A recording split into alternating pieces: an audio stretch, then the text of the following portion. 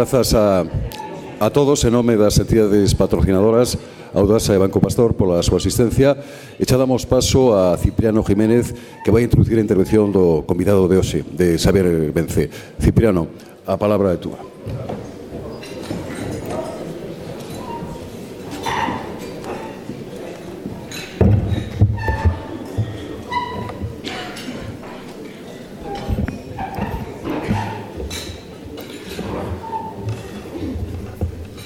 Bos días a todas e a todos. Debo, ante todo, agradecer aos organizadores deste acto, o Fórum Europa Tribuna Galicia, por darnos a posibilidade de escoitar máis unha vez o profesor Xavier Vence e o BNG por poder presentalo nesta tribuna.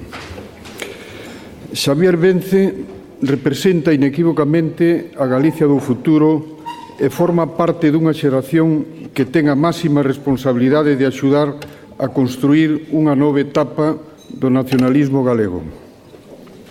Porén, o noso conferenciante ten que navegar e sortear na conxuntura na que nos atopamos, a unha dereita neoliberal, unha socialdemocracia cómplice do sistema e unha esquerda clásica desbaratada. O nacionalismo galego, sen abdicar das vías de participación política existentes, ofrece unha alternativa estratégica ao modelo imperante. Pero faino está a facer a través de persoas como Xavier Vence no seu posto de grandísima responsabilidade e dificilísimas condicións, tanto no contexto interno como externo, no seu rol de portavoz nacional do BNG, en unhas circunstancias que anuncian graves cambios a nivel mundial. Se a isto engadímoslle o estatalismo españolizador que pon en perigo a propia supervivencia de Galicia como nación e célula de universalidade, precisamos persoas co talante e a capacidade de Xavier Vence con esta paixón que o caracteriza polo saber, polo traballo e polo proxecto político de cara a unha Galicia soberana. Unha Galicia soberana ca que soñaron os nosos devanceiros arredor do que foron as Irmandades da Fala ou o Seminario de Estudos Galegos. Galegos, vos e xerosos da talla dos Vilar Ponte, Otero Pedrallo, Castelao, Cuevillas, Bóveda, Del Riego e tantos outros. Xavier Vence nace en Rodeiro e estudia bacharelato en Vigo. Como nos pasou a tantos rapaces e rapazas a través da súa biografía, podo intuir o importante que para un neno de aldea foi a convivencia coa cidade. Un profesor meu acuñou unha frase moi apropiada para el: o home faise facendo, e se ademais sintoniza ca súa contorna e non se volve renegado ou autocolonizado, o futuro teno máis que garantío. Catedrático de Economía Aplicada na Universidade de Santiago de Compostela, Xavier Vence resulta ser un dos máis brillantes cultivadores do ensaio económico contemporáneo. Profesor convidado en calidade de investigador en varias universidades europeas, Parín Dauphine, de la Sapienza en Roma ou da Universidade de Manchester no Reino Unido.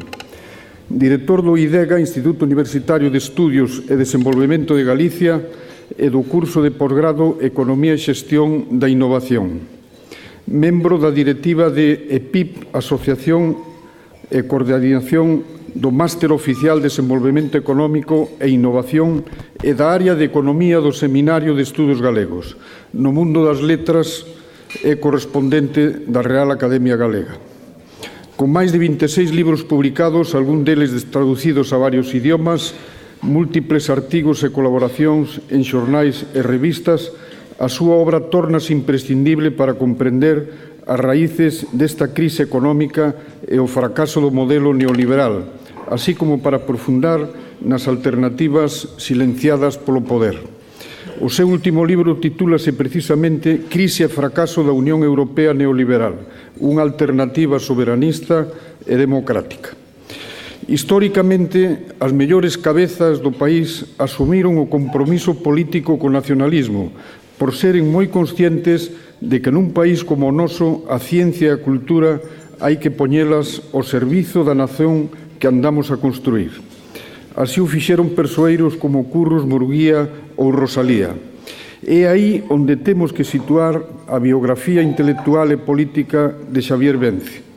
Asumir o reto de encabezar o máis profundo relevo xeracional do nacionalismo galego. Para rematar esta presentación de Xavier Vence, quixera traer aquí unhas palabras súas pronunciadas na Asamblea Nacional na que foi electo portavoz nacional do BNG, porque creo que sintetizan moi ben a madeira humana da que está feito este home das terras de Camba. Teño a sensación, dixo Xavier naquela asamblea, de que o noso futuro nesta etapa depende menos das ideas que profesamos que dos sentimentos que xeramos. Os sentimentos tamén son política. Cultivemos os bons sentimentos, contaxiemos a ilusión. Vostedes poderán comprobar hoxe, máis unha vez, que Xavier Vence transmite ideas moi sólidas, ideas que convencen a calquera persoa con preocupación pola situación e polo futuro de Galicia. Ideas que nos fan sentir firmes e seguros na maneira de ver o país e as súas inmensas potencialidades desde a óptica do pensamento nacionalista. Mais tamén poderán apreciar no seu discurso ese seu verbo que nace da cordialidade do corazón e unha ilusión verdadeiramente contagiosa que invita ao compromiso co país. Deixo xa con Xavier Vence. Moi bons días e obrigado.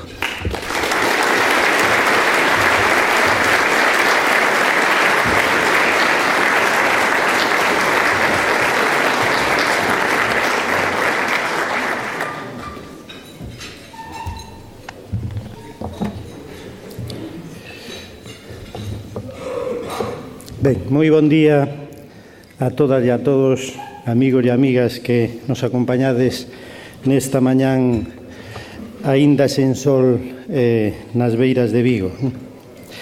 Quixera, antes de nada, empezar por dar as grazas ao Fórum Europa polo seu convite e pola súa eficiente organización desta conferencia, que me dá a oportunidade de compartir reflexións con destacados representantes da vida política, económica e social desta cidade, desta comarca e deste país, que sodes todos vós.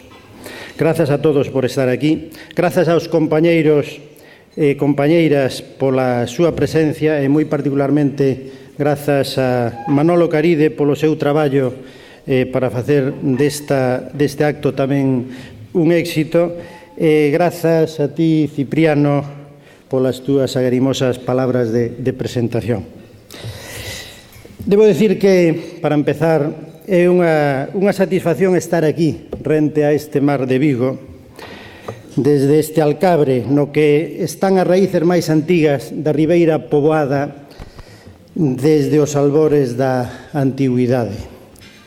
Nesta parroquia, que sempre foi rural, a diferencia da Bouzas mariñeira, até que, co paso do tempo, a burguesía viguesa foi na colonizando con residencias máis ou menos pretenciosas, como esta de Sensat, que estamos agora dentro dela.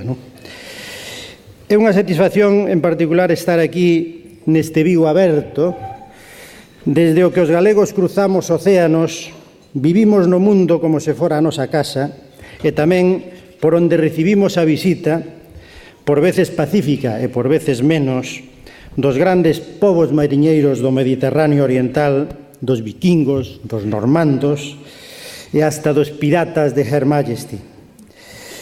Pero, sobre todo, é para min unha satisfacción estar nesta cidade que é a cidade da miña adolescencia. Non podo esquecer a miña chegada a esta cidade desde as terras de Camba, como xa se aludiu, para estudar a ESB un setembro dalá dun xa distante 1972, pasou tempo, non? E entre o Colexio Altamar, o Instituto de Colla e o Instituto Santa Irene fun descubrindo outro mundo. E nas rúas de Vigo, daquela altura, as vibrantes loitas dos traballadores de Citroën, de Vidros de la Florida, de Álvarez, de Barreras e de Ascón, entre outras, tamén me fixeron espertar a miña conciencia política e aí cimentouse, sen dúbida, o meu compromiso social que sempre foi en indisolúvel simbiose coa reivindicación dos nosos sinais de identidade como pobo.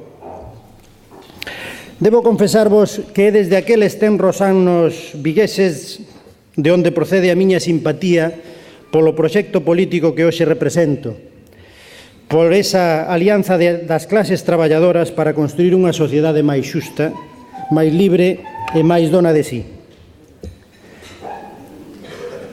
Efectivamente, este Vigo, o das 18 parroquias, é o motor, desde hai tempo, de Galiza, e é a metáfora tamén do país enteiro, no que se condensan e se entrecruzan todas as contradicións, pero tamén moitas das súas oportunidades. Vigo é a sedimentación de moitas Galizas, da Galiza mariñeira, da labrega, da obreira, da comercial, da industrial. E o Vigo do futuro será vizoso precisamente cando asuma plenamente esas súas raíces, porque en definitiva Vigo é, como dixera Cunqueiro, unha cidade fundada á beira dun verso de Martín Codas. Que metáfora tan bonita, non? A beira daquel verso galego e en galego de Martín Codas naceu o Berbés, os mariñeiros, os carpinteiros de Ribeira, o naval dos soldadores, o automóvil, a clase obreira viguesa, esa clase que anda a procura dunha clase capitalista viguesa que non acaba de atopar porque non acaba de botar raíces de verdade. Pero, amigos e amigas, permitídeme que mude de rexistro, porque do que veño a falar hoxe non é de metáforas, nin do pasado, senón máis ben do presente e, sobre todo, do futuro. E iso é así porque iso é o que nos demanda hoxe o noso compromiso ético e o noso compromiso social con esos 290.000 parados que temos no país, 50.000 deles na comarca de Vigo, e é o que nos demandan as 100.000 familias galegas que teñen todos os seus membros en paro e os miles e miles de familias que hoxe viven por debaixo do limiar da pobreza. Como decía Mefistófeles na obra Fausto de Goethe, decía: non podo falar do sol nin dos mundos, só vexo unha cousa, a miseria dos homes. Así que non queda outra que poñerse en liña coa gravidade dos tempos que corren e, aínda que sexa a risco de entrar na prosa crúa e real, imos falar do mundo no que estamos, no que está Galiza, no que está Vigo. Como moi ben sabedes, Vigo, como a Galiza inteira, vive trasteada por unha crise que está facendo abanear os cimentos da nosa economía. Vivimos as desastrosas consecuencias dunha economía na que as finanzas veñen extorsionando a economía productiva e a sociedade no seu conxunto. En realidade, habería que decir que o que nos extorsionan son unhas políticas deseñadas para satisfacer a ambición insaciável das finanzas especulativas que están a mudar o modelo neoliberal, non para desfacelo, senón para radicalizalo. Unhas políticas que parecen impostas por uns poderes que se sitúan por riba da vontade dos povos e da ciudadanía, ao cal tratan de convencer de que hai que renunciar a calquer tentativa de control soberano sobre a marcha do país.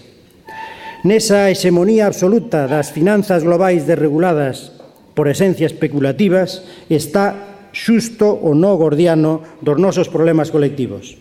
Contra ese modelo batalla o BNG, no convencimento de que só así poderemos erguer a economía productiva capaz de soster unha economía e unha sociedade creadora de emprego, de riqueza repartida con xustiza e unha sociedade de servizos públicos de calidade e benestar social. Está ben claro que se os grandes negocios, as grandes oportunidades, as maiores rentabilidades están nos investimentos financeiros especulativos, os recursos irán cara aí e fuxirán da economía productiva. O investimento productivo, como moi ben sabe esta sociedade viguesa é o que crea emprego e riqueza e require investimento a longo prazo, períodos de maduración e retornos longos, asumir riscos de xestión e, se un se equivoca, non é tan fácil volver atrás como nos movimentos especulativos que se moven con tanta facilidade polo mundo adiante. Compre pelexar durante moito tempo contra a competencia ao longo dos anos, asumindo riscos dos cambios que se podan producir no contorno, na economía do país e na economía internacional. E as ganancias, aínda así, sempre serán moderadas. En cambio, o investimento especulativo é fluido, é veloz, é rapidamente reversible, dá ganancias máis altas e máis líquidas. Así que, amigos e amigas, hai que asumir unha realidade crúa, e é que a economía productiva é contradictoria coa economía virada para as finanzas especulativas. E é aí xusto onde están as grandes diferencias entre os distintos proxectos políticos que hoxe temos no país. O BNG defende a economía productiva, a que crea emprego e riqueza, a que xenera salarios dignos e permite soster cun sistema fiscal progresivo os servizos públicos. O PP e o PSOE, en cambio, defenden a economía financiarizada, a especulativa, a promovida pola banca, os fondos e as sociedades financeiras, unha economía sometida aos intereses e á lóxica das finanzas. Por iso, porque iso é así de cru, por iso é un brinde ao sol ese discurso baleiro do emprendedorismo que se propaga desde o poder. Ollo, non queremos decir e non quero decir que estexa mal que haxa xente emprendedora, que a pode haber tanto no ámbito privado como no público, que é algo que se nos escamotea. O problema é que cando iso do emprendedorismo é un mero discurso placebo para desviar a atención a respecto dos problemas de fondo e, de paso, aproveitar para descargar nos individuos a responsabilidade da súa propia exclusión e frustración. O problema non se arregla con discursos ideolóxicos sobre as virtudes da iniciativa individual, nin tampouco con falsos anuncios de simplificación da burocracia, e menos aínda se iso é aproveitado para repartir subvencións clientelares a plataformas e asociacións pseudoempresariais da órbita do Partido Popular. O verdadeiro problema está na falta de financiamento e de demanda que está dando o traste con centos de empresas neste país e de iniciativas emprendedoras todos os meses. Esa é a verdadeira realidade. A realidade é máis crúa que a desos discursos placebo. O mercado e as políticas están controladas polas grandes corporacións. Que poden facer esas formigas emprendedoras ao lado dos bulldozer das grandes empresas? Certamente pouca cousa. Que hai que buscarse a vida? Claro que sí, xa o sabemos, non queda outra, pero que ninguén venda crecepelos. Hai políticas para mudar as condicións reais ou, senón, con apelacións ao emprendedorismo non chegamos moi lonxe. 3/4 do mesmo habería que decir con esas invocacións ñoñas que estes días estamos vendo na prensa e nos medios de comunicación a natalidade, como se fose un problema de simple vontade ou vocación individual. Para conseguir unha verdadeira revitalización do país hai que mudar os piares que fallan. Nos propoñemos someter as finanzas ás necesidades da produción, da economía productiva. E para iso precisamos ferramentas para dominar as finanzas, precisamos soberanía. As finanzas especulativas queren a perfecta liberalización e desregulación para moverse velozmente polos mercados globais. A economía productiva, pola contra, precisa períodos longos de retorno de investimento. E é esa economía productiva a que fai país. Fixa produción, emprego e poboación no territorio, e sobre ela podemos erguer o edificio dos servicios públicos e do estado do benestar. Sen economía productiva non hai unha cousa nin a outra. Ese é o piar esencial da alternativa do BNG. Piar no que está obxectivamente interesada a inmensa maioría da poboación, incluídos os autónomos, empresarios industriais ou terciarios e, por suposto, toda a xente traballadora, a xubilada e a que se beneficia duns servicios públicos avanzados, quer na sanidade, quer nos servizos sociais ou na educación. Por iso o BNG é crítico, profundamente crítico, co modelo de Unión Europea neoliberal construído polas finanzas nas dúas últimas décadas. Por iso somos críticas e críticos até a insumisión coas políticas da dereita que acaban de arrasar co que aínda queda en pé das conquistas de décadas. Por iso decimos que os recortes feitos a beneficio da banca non levan a ningures e por iso impulsamos ese movimento de resposta que é o espírito de Río Torto. Nesta crise, amigos e amigas, como noutras no pasado, perdemos parte das empresas que se foron creando ao longo de anos de traballo e de crecimento. No seu momento perdemos Ascón, perdemos Curbera, perdemos Masó, perdemos Álvarez, perdemos Motores Barreras, perdimos o Grupo Noroeste, perdimos Larsa, perdimos Mar, etcétera, etcétera, tantas ben coñecidas nesta comarca que están na memoria de a maioría dos que estamos aquí.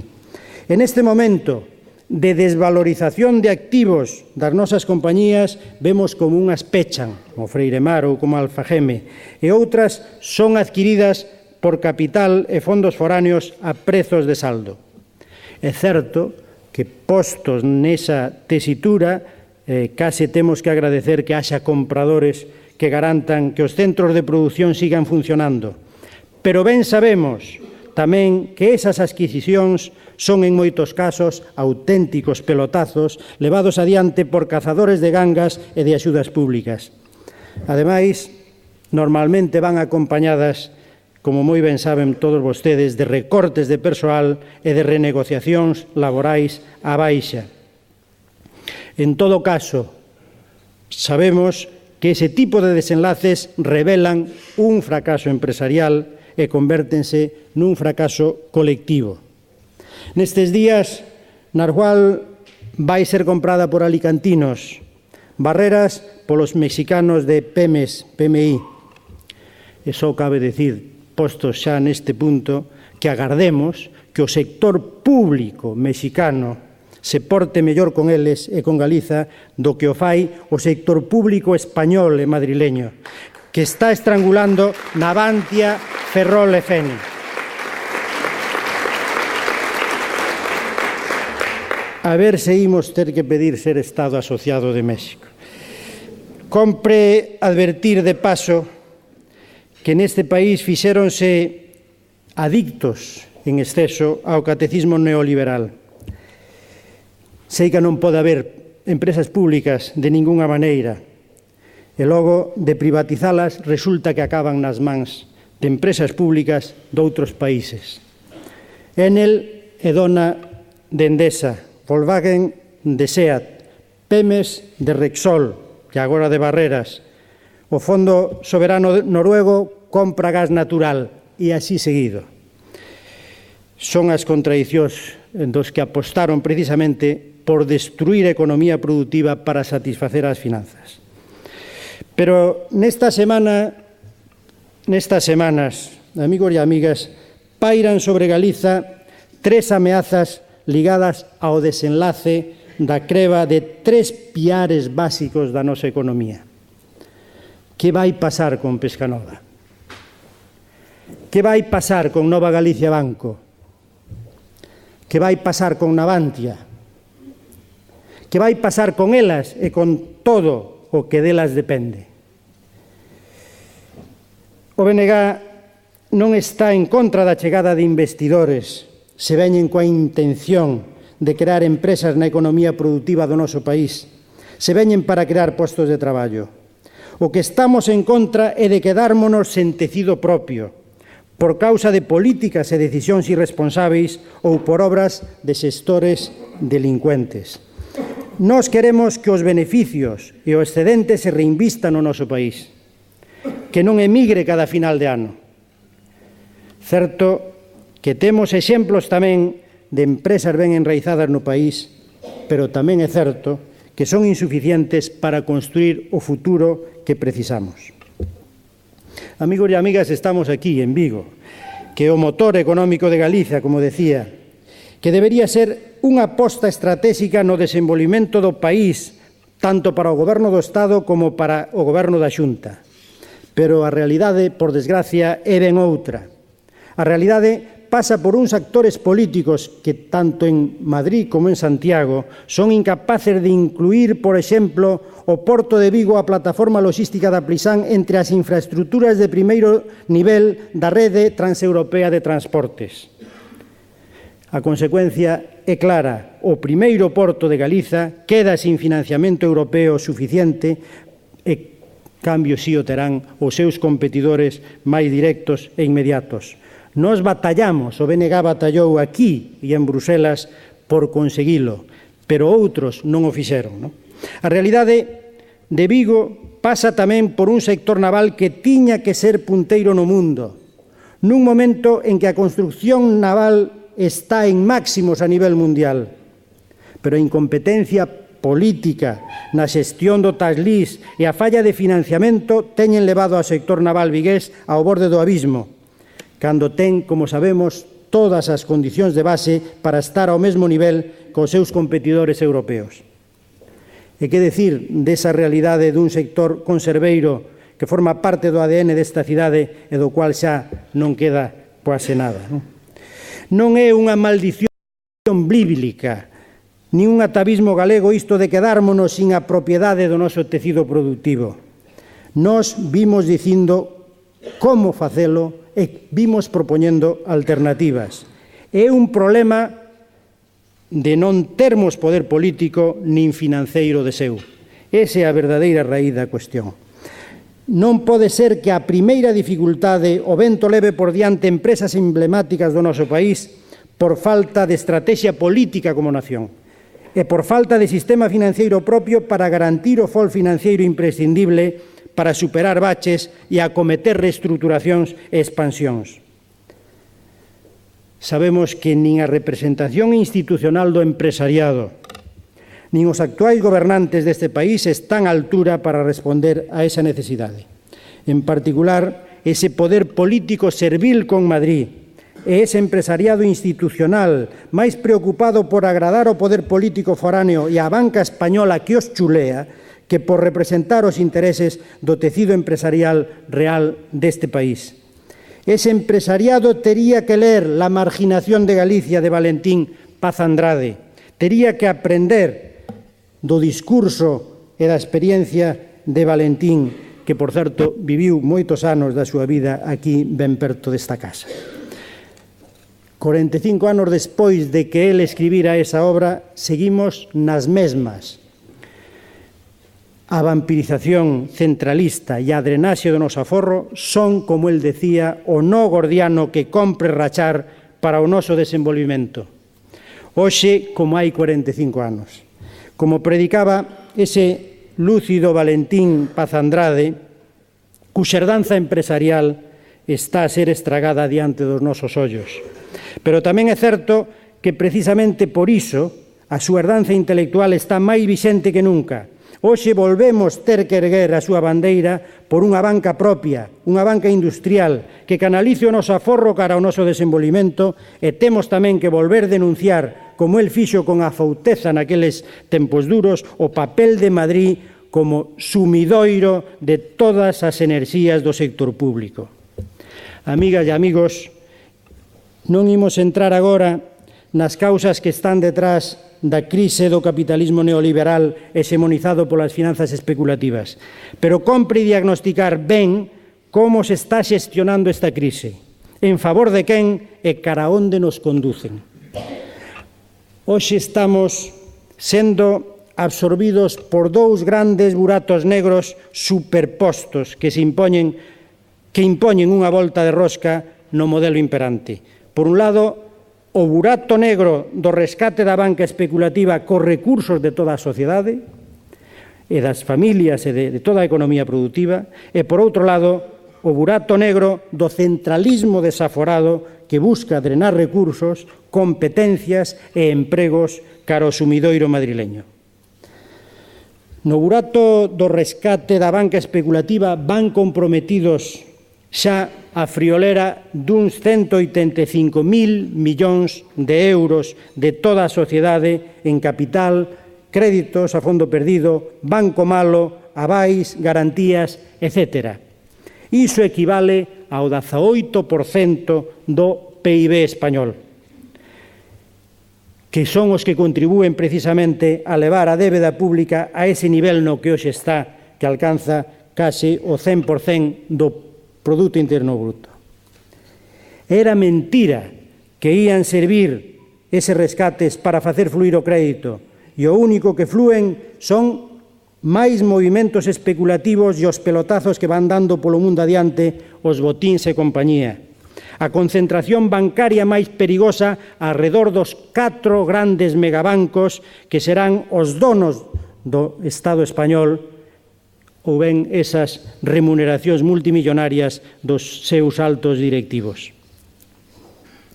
Pero fixadevos que, por si ese espolio da sociedade se quedase corto, o goberno Rajoy acaba de aprobar estes días un decreto-lei que regula os famosos activos fiscais diferidos que permiten compensar impostos ao longo de 18 anos coas perdas atribuíbles. Pero é que iso non é todo, non é só iso, é que para facilitarlles o acomodo aos ratios de capital de Basilea III, o Estado deberá constituir avais para facer frente a esos eventuais pagos. E eses avais van computar como déficit público a partir de 2015. Que contía van representar esos avais? Non se atreven nin a facelo público. É un escándalo que se suma á miríade de escándalos en favor da banca nestes últimos anos. Amigos e amigas, neste contexto é necesario insistir e volver a insistir que a verdadeira rémora da competitividade non está nos salarios, senón noutros costes, como os costes da electricidade, os costes da enerxía, das comunicacións, e nuns tipos de xuro que son os máis altos de Europa. Todos eses custos veñen determinados pola banca que está detrás desos sectores oligopolizados. E non é posible unha construcción naval competitiva nesas condicións. Non é posible unha metalurxia competitiva nesas condicións, igual que outros moitos sectores. Tampouco é posible avanzar en competitividade con recortes na I+D e na innovación. Por iso temos que demandar que proxectos innovadores de futuro, como é o Campus do Mar da Universidade de Vigo e de toda Galiza, teñan o respaldo e o compromiso suficiente para sair adiante. Amigos, as nosas empresas productivas teñen que elexir cais son os seus aliados. Teñen que elexir se os seus aliados son os traballadores que lle aportan valor ou os oligopolios bancarios, eléctricos e as aseguradoras madrileñas que estrangulan o seu financiamento e os seus custes de explotación. Até hoxe, o empresariado mediano e pequeno aceptaron ser bufóns na corte da gran banca, dos grandes oligopolios, das grandes contratistas. Teñen que pensar no seu futuro, reducir marxes para engordar eses oligopolios ou soster uns salarios que manteñan a capacidade de compra e a demanda para a súa produción. Porque, amigos e amigas, as PEMES deste país producen nun 80-85% para o mercado interior, para a demanda interna, e diso dependen do consumo das familias, dependen tamén das compras públicas. Por iso teñen que elexir ben cales son os seus aliados. A aposta do BNG está clara. Banca pública galega para garantir financiamento a custes equiparáveis para aos europeos, tarifa eléctrica galega a niveis competitivos co resto de Europa, impostos de sociedades que premien o investimento productivo e a innovación dentro do país frente a esa fiscalidade actual que, increíblemente, promove a deslocalización e o investimento no exterior. Salarios dignos para mellorar o nivel de vida e dinamizar a demanda interna. E deixade que vos diga algo sobre outro grande burato negro que é o centralismo. Estamos inmersos nunha avalancha de medidas destinadas a desmontar o limitado autogoberno que temos e a reforzar Madrid como centro do poder total, político, financeiro e económico. Todo a beneficio da élite económica da Corte que se apropiou do poder do Estado e que financiou o Partido Popular para convertelo na correa de transmisión dos seus intereses económicos máis inmediatos. Boa parte das medidas de centralización teñen como misión a drenaxe de recursos do conxunto do Estado para facer fronte a ese 35% da débeda española que está xerada polas administracións, polas grandes empresas oligopolísticas radicadas en Madrid, como son as eléctricas, as empresas de defensa, a banca e as grandes construtoras, entre outras. O conxunto de todas elas son responsáveis de máis dun terzo da débeda pública total que hai no Estado español. Así que, amigos e amigas, que ninguén se equivoque. Debaixo desta grande crise están redefiníndose as regras, por un lado, dun capitalismo voraz e as regras dunha orde territorial que está nos antípodas dos intereses do noso país. Como en todas as grandes crises do século XX, Madrid manobra para impoñer os seus intereses. Gostaría ter máis tempo para poder detallar a envergadura do proceso de recentralización que está en marcha.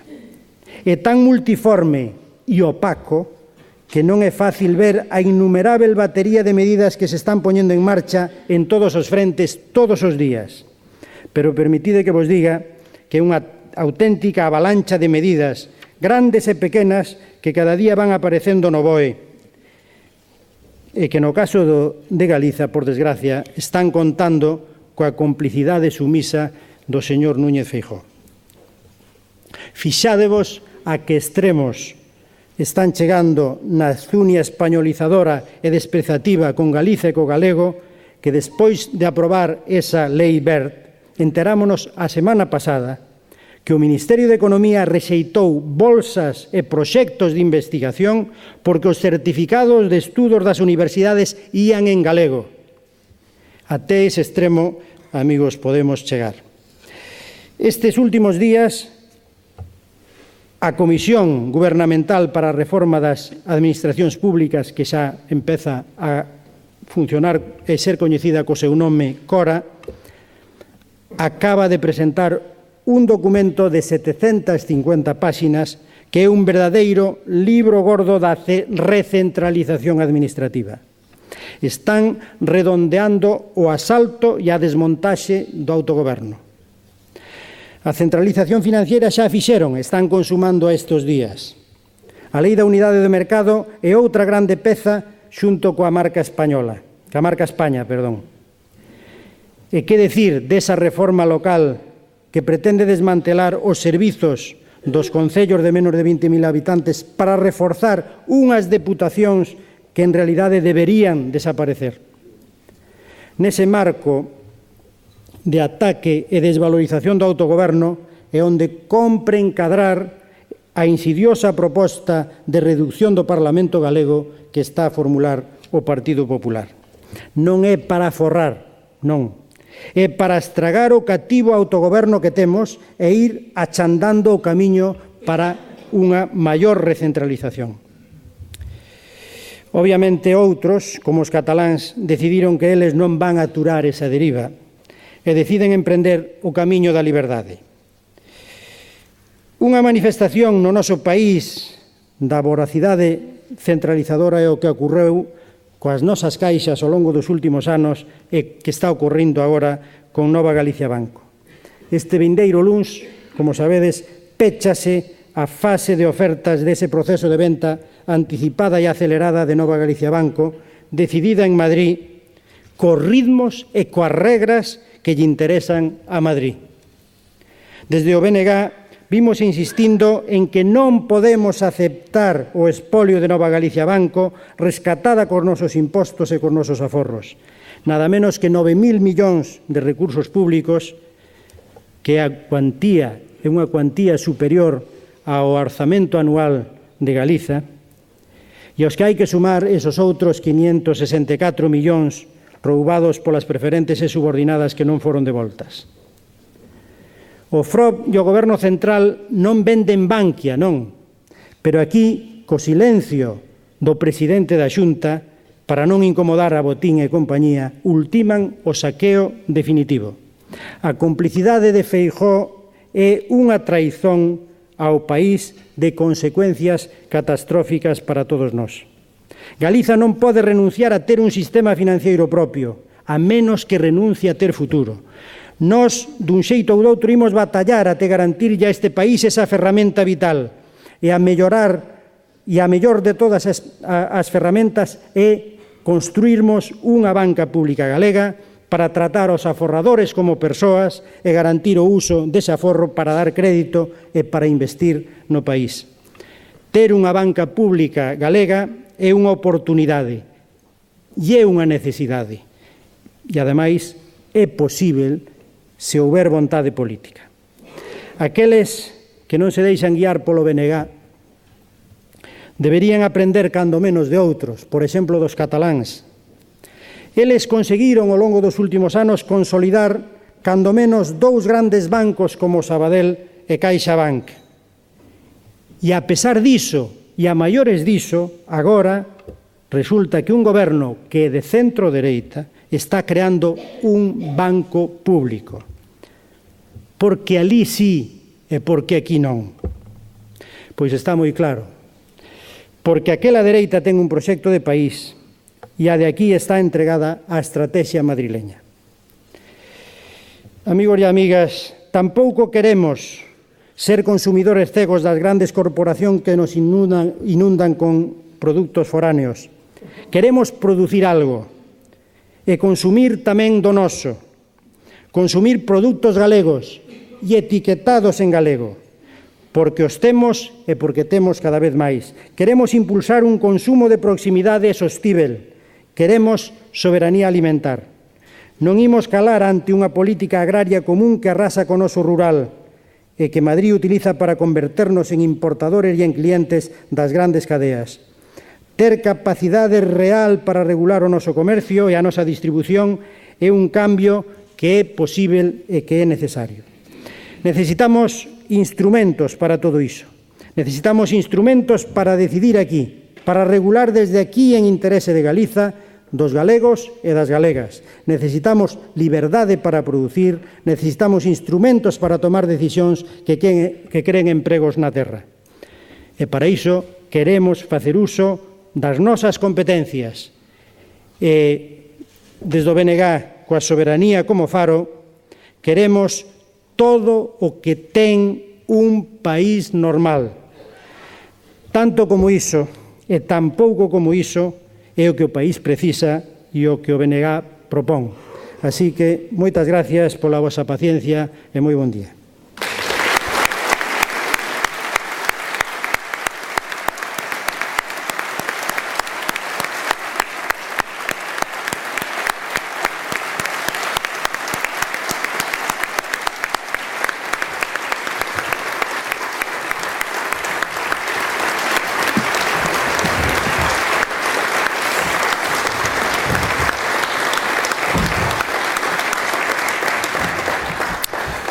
Moitas gracias a Xavier Vence. Abrimos a quenda de preguntas. Precisamente sobre Nova Galicia Banco son as que se formulan en maior número. Clodomiro Montero pregunta que efecto terá para as familias e as empresas galegas a inminente venda de Nova Galicia Banco. Xosé Montenegro sobre Nova Galicia Banco tamén. Que pensa que mellor vendelo a un fondo de investimento ou a un banco español?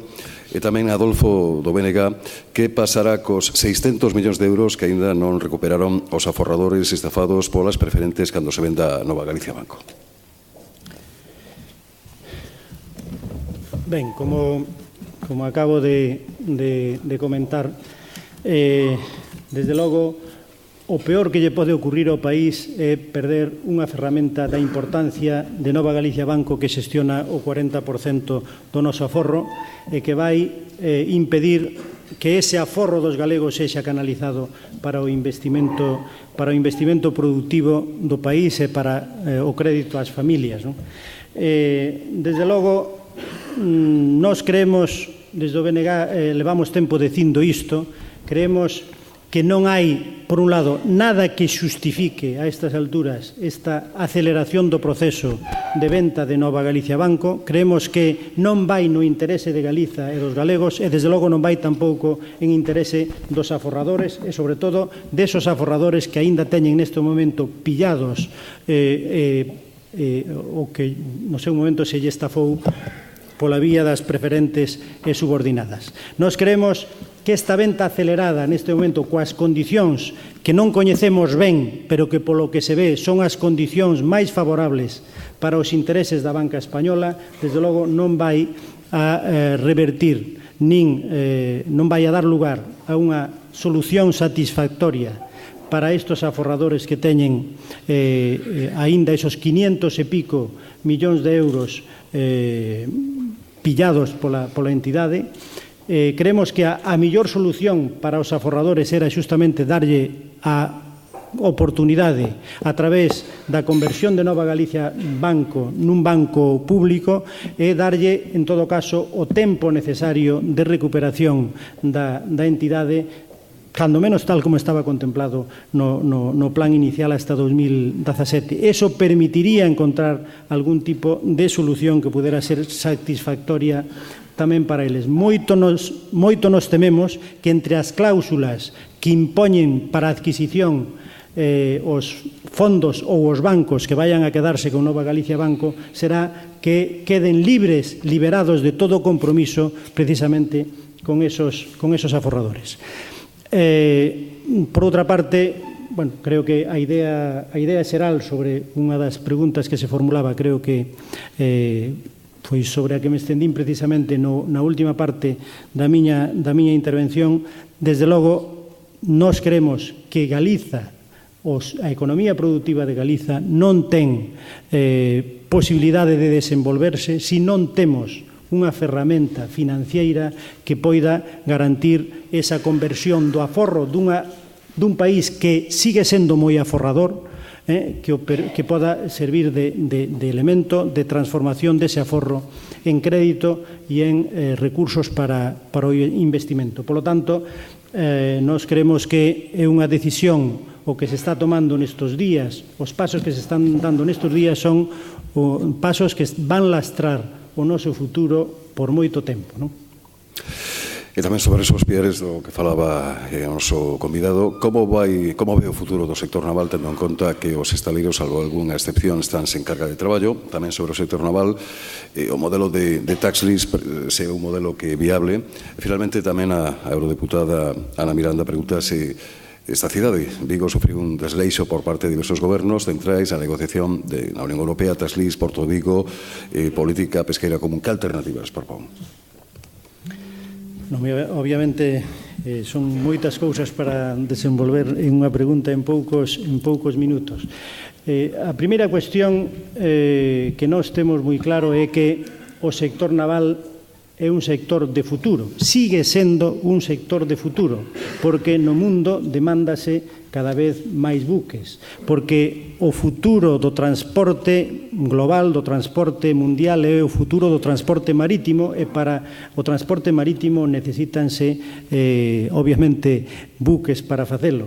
E ademais, sabemos que neste momento a industria da construción naval no mundo está en un momento de alta demanda. O problema é por qué?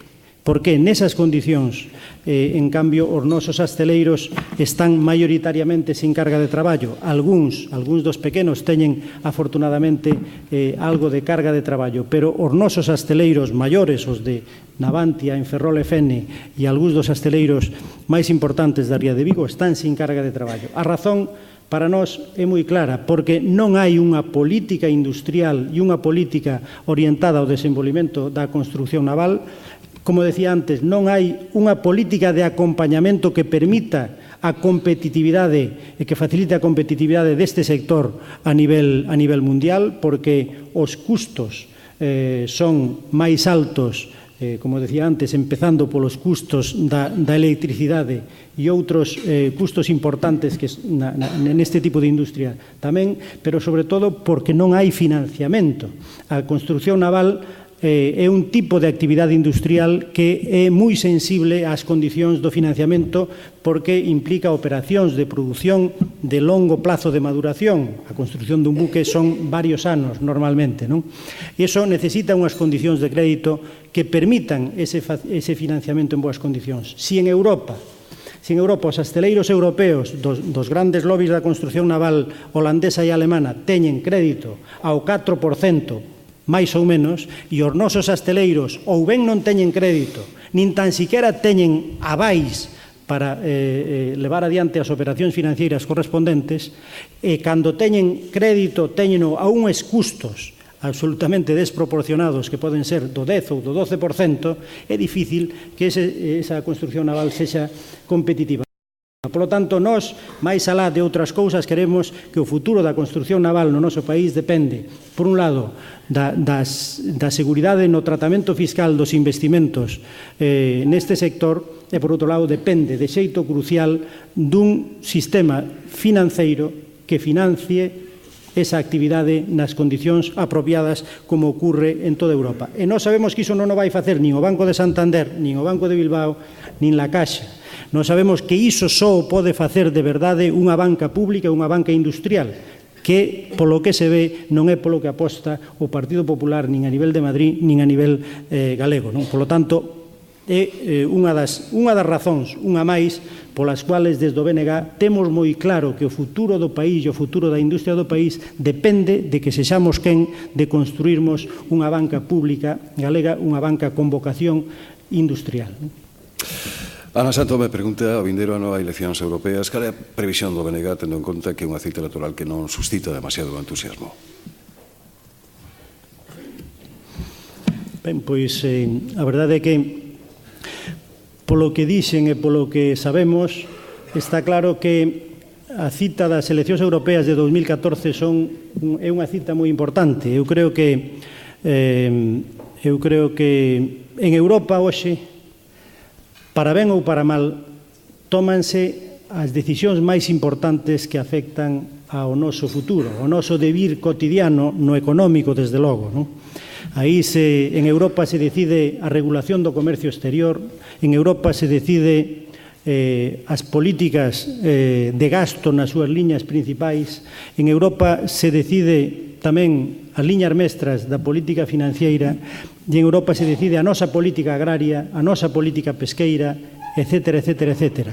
Por lo tanto, a ciudadanía deste país ten que ser consciente de que en Europa se deciden moitas cousas e que este modelo de Europa está tomando decisións que non son tremendamente negativas para este país. Por lo tanto, temos que ver a oportunidade e a necesidade de irmos a Europa cunha voz clara e contundente que represente os intereses deste país, da maioría social deste país. Por lo tanto, para o BNG é unha cita moi importante, porque queremos que Galiza conte ali onde se toman decisións importantes, aínda que o Parlamento Europeo efectivamente non é a institución máis importante en términos de poder da Unión Europea, pero en todo caso cada vez é máis.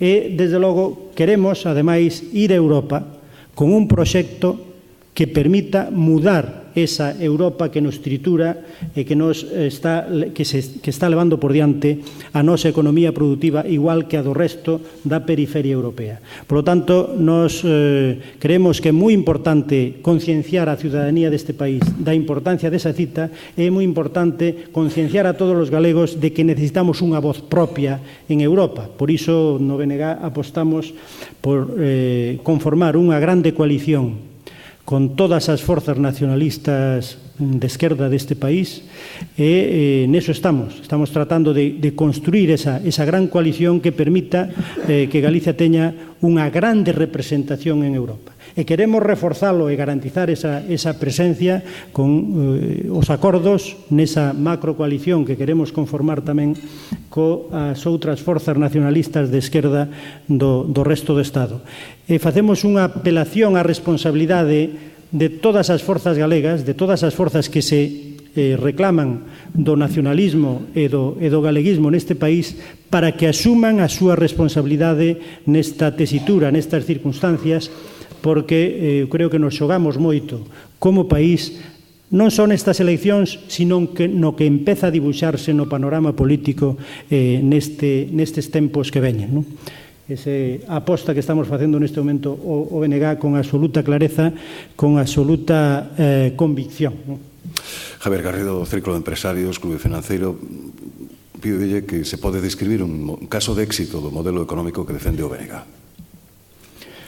Un non, podría poñer moitos.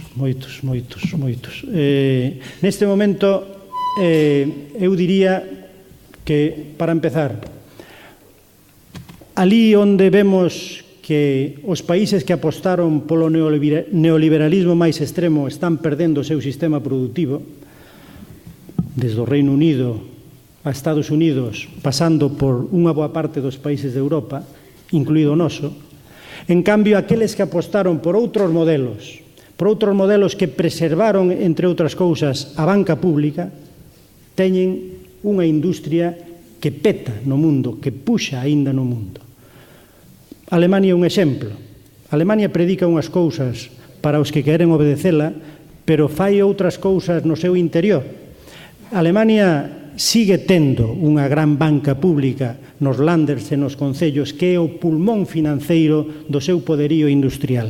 Pero é que polo resto do mundo adiante,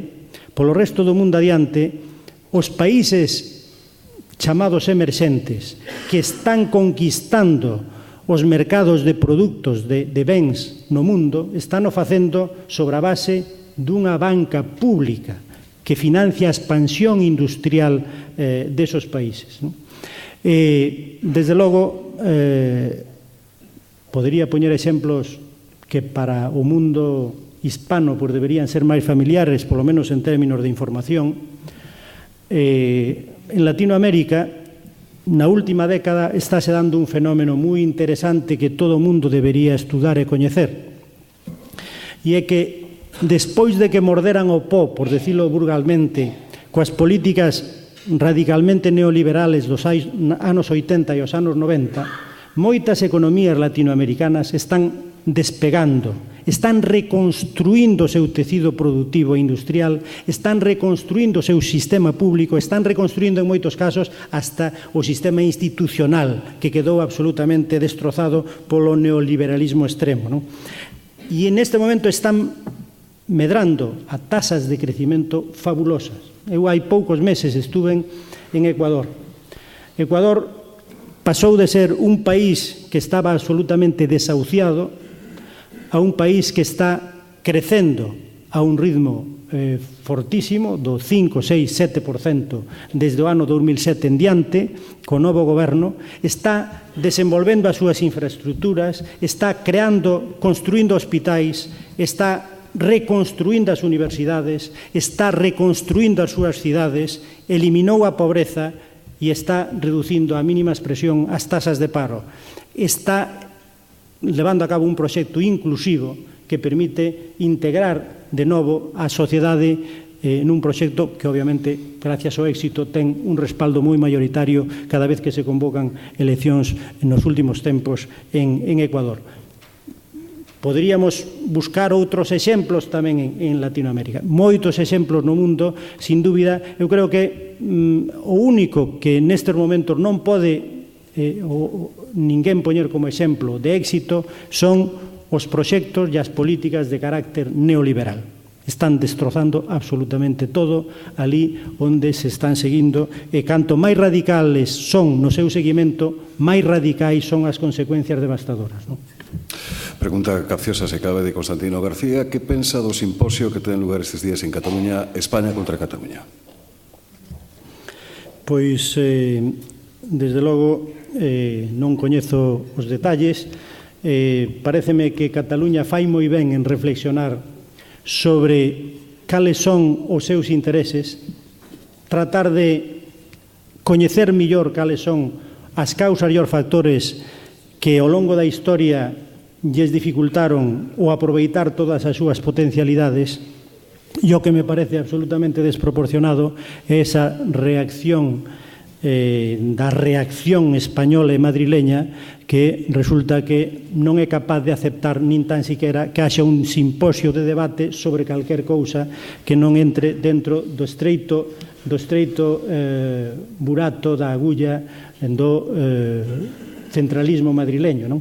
Os cataláns creo que seguramente teñen moitos defectos, pero eu creo que teñen unha virtude que para nós que estamos na outra punta da península debería ser sempre tamén un elemento cando menos de reflexión, e é que son quen de pensar nos seus propios intereses, nos seus intereses futuros como sociedade, e teñen a valentía de formulalo e de defendelo, non?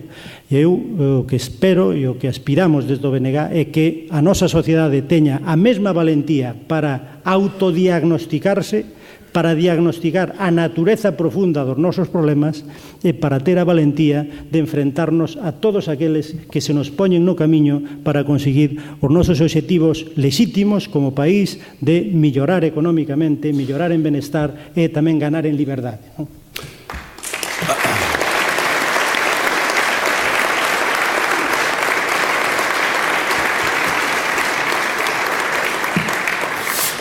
Preguntan tamén se vai ser posible a curto prazo a reunificación do nacionalismo galego.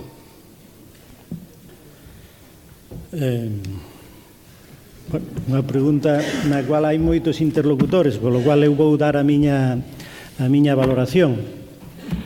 Desde logo, o BNG ten moi claro un diagnóstico, o que chegou na súa última Asamblea Nacional, e é que un interés estratégico para o nacionalismo e para o país o termos un nacionalismo forte, ter un nacionalismo potente, ter un gran polo que pense en clave de país, como acabo de decir anteriormente, non? Por lo tanto, estamos interesados en que ese grande polo se conforme.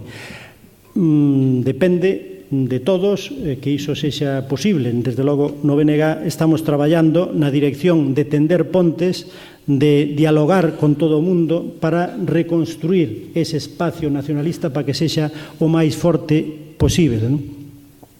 Desde logo hai moitas formas de avanzar nesa dirección. Estamos, digamos, axudando a crear condicións para iso. Nós creemos que a unidade de acción é unha vía, un camiño de arranque para reconstruir esa unidade estratégica do nacionalismo. E niso estamos traballando.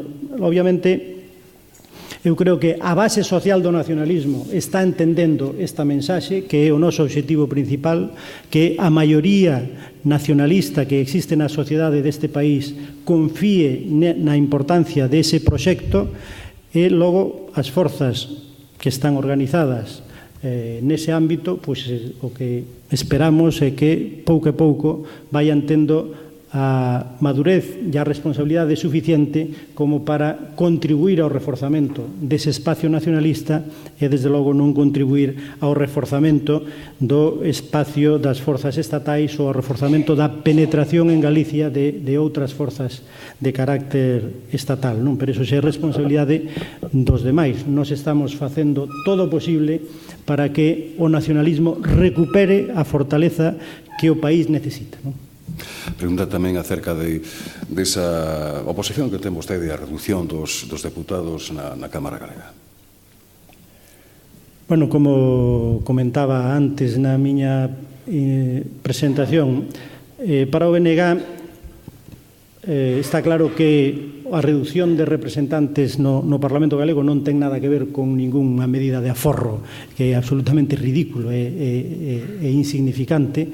A reducción que se plantexa por parte do Partido Popular só é comprensible no marco que antes tratei de dibuixar, e é no marco dunha estrategia do Partido Popular a nivel estatal e, polo tanto, tamén aquí, de ir desmontando eso que se chamou o Estado das Autonomías, ir desmontando o autogoberno que se foi construindo ao longo de décadas, que ben cativo e ben pequeno chegou a ser. Nesa estrategia de reducción da importancia do autogoberno, obviamente, unha Cámara legislativa con menos capacidade de traballo, con menos capacidade legislativa, para eles é funcional. Nós creemos que un país que quere autogobernarse, que quere legislar en todos aqueles ámbitos nos que ten competencias, como as que ten hoxe Galiza, necesita un Parlamento con capacidade de traballo. E a capacidade de traballo dana tamén o número de diputados que existen, non? Por lo tanto, nós creemos que a reducción de deputados é un elemento máis da estrategia de laminación do autogoberno. E, ademais, tamén non somos inxenuos, non? Sabemos que esa proposta que o PP ten formulado, que ten posto en riba da mesa, é unha estrategia que busca unha redistribución do peso relativo das 4 circunscripcións nas que está dividida hoxe Galiza para favorecer o peso daquelas circunscripcións nas cuales o Partido Popular ten máis facilmente garantida a súa maioría. Por lo tanto, é unha estrategia absolutamente perversa para garantirse a súa maioría de cara ao futuro, non?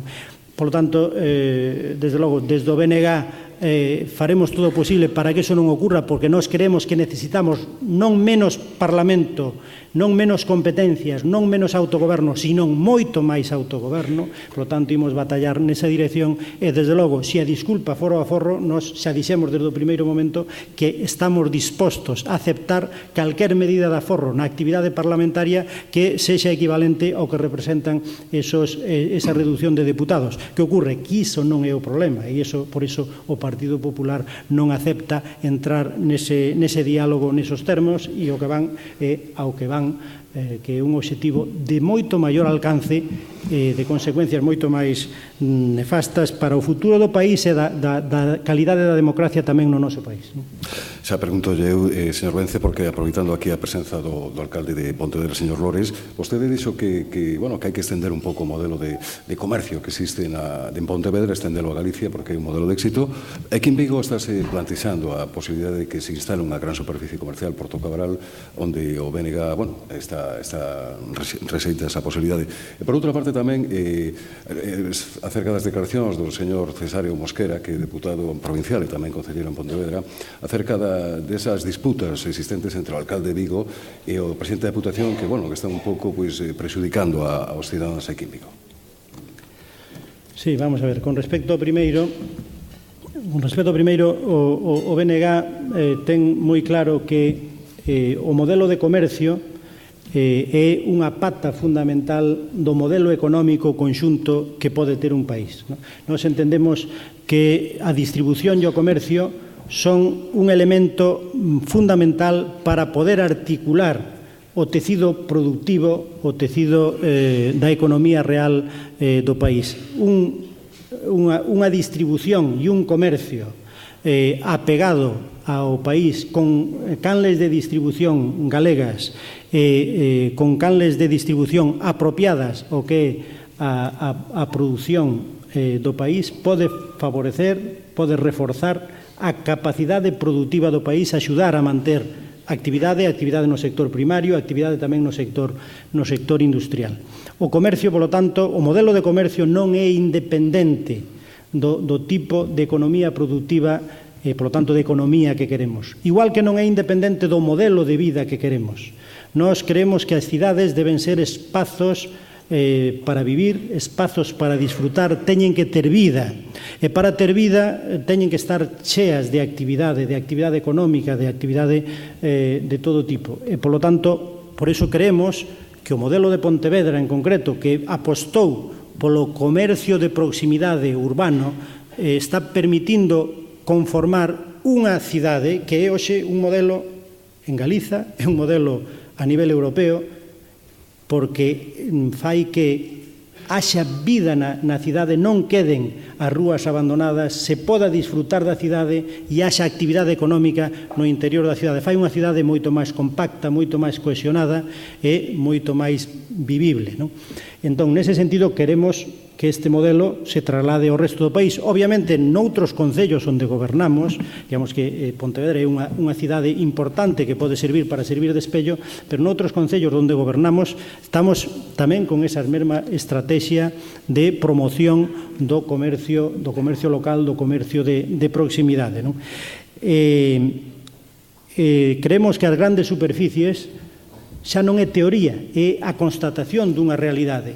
Son algo que se leva por diante ese modelo de cidade e é algo que se leva tamén por diante pois o que é a nosa capacidade productiva.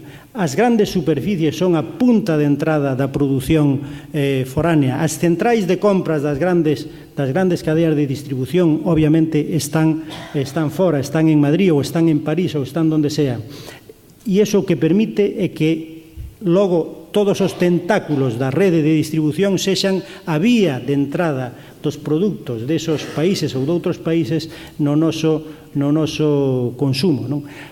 Polo tanto, debemos, e o BNG está formulando isto, debemos parar a implantación de grandes superficies para fortalecer o comercio local, que non é un comercio que teñamos que ver como algo tradicional ou do pasado, sino que eu creo que é justamente o comercio do futuro, a distribución do futuro, a que dá unha calidade de vida tamén e que permite a comercialización duns tipos de produtos que se producen en proximidade e que poden ser de moita maior calidade, en particular, por exemplo, no alimentario, non?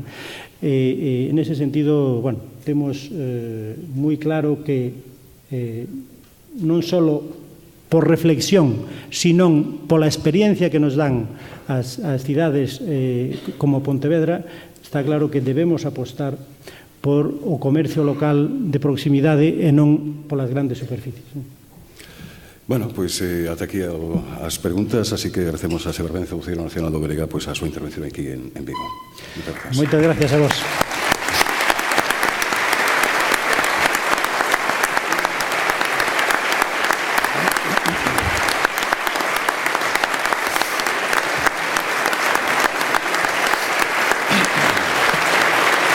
Vai pechar o acto Antonio de Ampouso, que é o director regional en Vigo do Banco Pastor. Ben, gracias. En primeiro termo, agradecerlle a presenza nesta tribuna Galicia ao noso ponente de hoxe, don Xavier Vence, portavoz nacional do Bloque Nacionalista Galego. Ben sendo este acto derradeiro que Fórum Europa celebra en Vigo neste ano 2013, no que tanto a Audasa do Grupo Itinere como o Banco Pastor do Grupo Banco Popular tivemos a honra de patrocinar. Permítame finalmente facer algo de patria e compartir con todos vostedes a ledicia que temos no Grupo Banco Popular pola posta en marcha nesta mesma semana do novo Banco Pastor. En Banco Pastor, coa debida prudencia e xestión do risco, estamos a facer todo o posible para que o crédito chegue ao empresariado galego e seguiremoslo facendo. É o noso compromiso, como tamén o é o de seguir sendo o banco de referencia en Galiza. Somos, a día de hoxe, o primeiro banco privado de Galicia, plenamente galego, con propia ficha bancaria e que paga os seus impostos íntegramente en Galicia. Esta é unha demostración máis do compromiso ao que fago referencia. Conformámolo 1.300 profesionais distribuídos entre os servizos centrais e 236 sucursais, donde a inmensa maioría somos galegos e galegas e, polo tanto, coñecedores da realidade da nosa terra. Agora, só nos queda comprobar que o noso proxecto goza do respaldo dos cidadáns galegos, nos que os particulares, o comercio, os autónomos e as PEMES son o noso principal obxectivo. O tempo dirá se acertamos. Vaia por diante a nosa máis firme vontade de que así sexa. Grazas a todos e a todas pola súa asistencia e dado que temos a volta da esquina ao Nadal, pois deseamos a todos unhas felices festas. Gracias.